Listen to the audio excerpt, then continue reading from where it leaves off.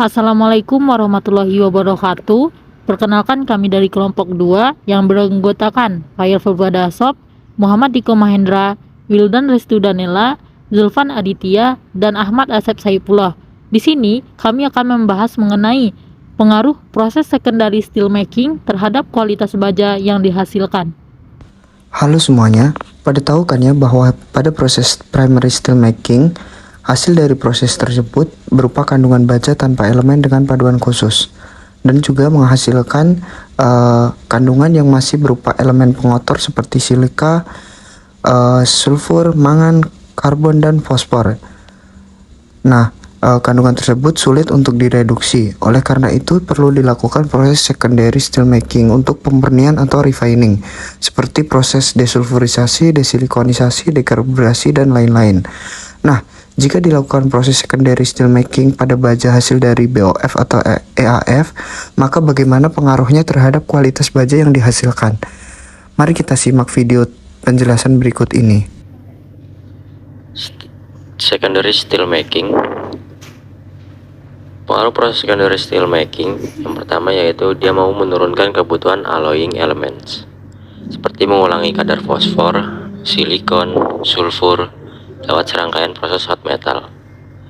Pretreatment yaitu berupa proses defosforisasi, desilikonisasi, desulfurisasi, sehingga tahapan ini termasuk pada proses pemurnian atau refining, sehingga diperoleh kandungan logam dengan kemurnian yang tinggi.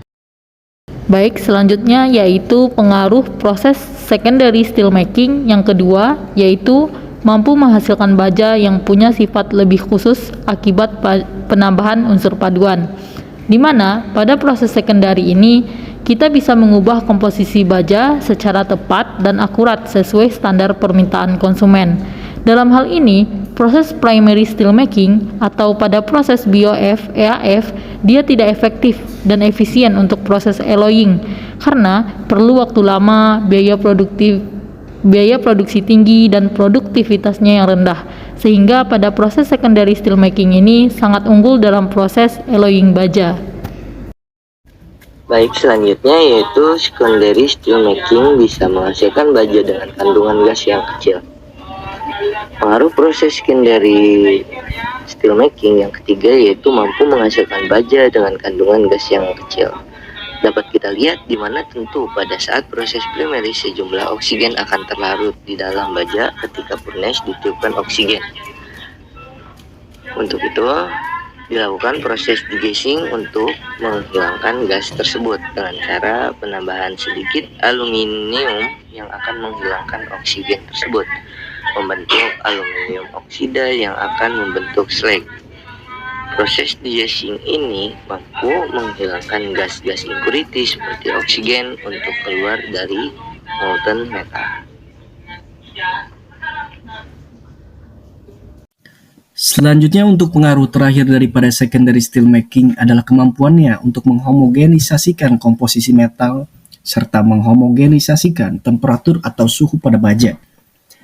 Proses penyeragaman komposisi metal dan suhu pada baja itu dilakukan melalui proses stirring dengan menggunakan gas argon.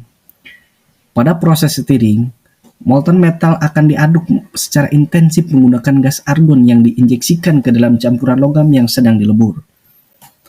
Gas argon ini memainkan peran penting dalam proses, karena gas argon itu memiliki densitas yang lebih rendah dibandingkan dengan molten metal.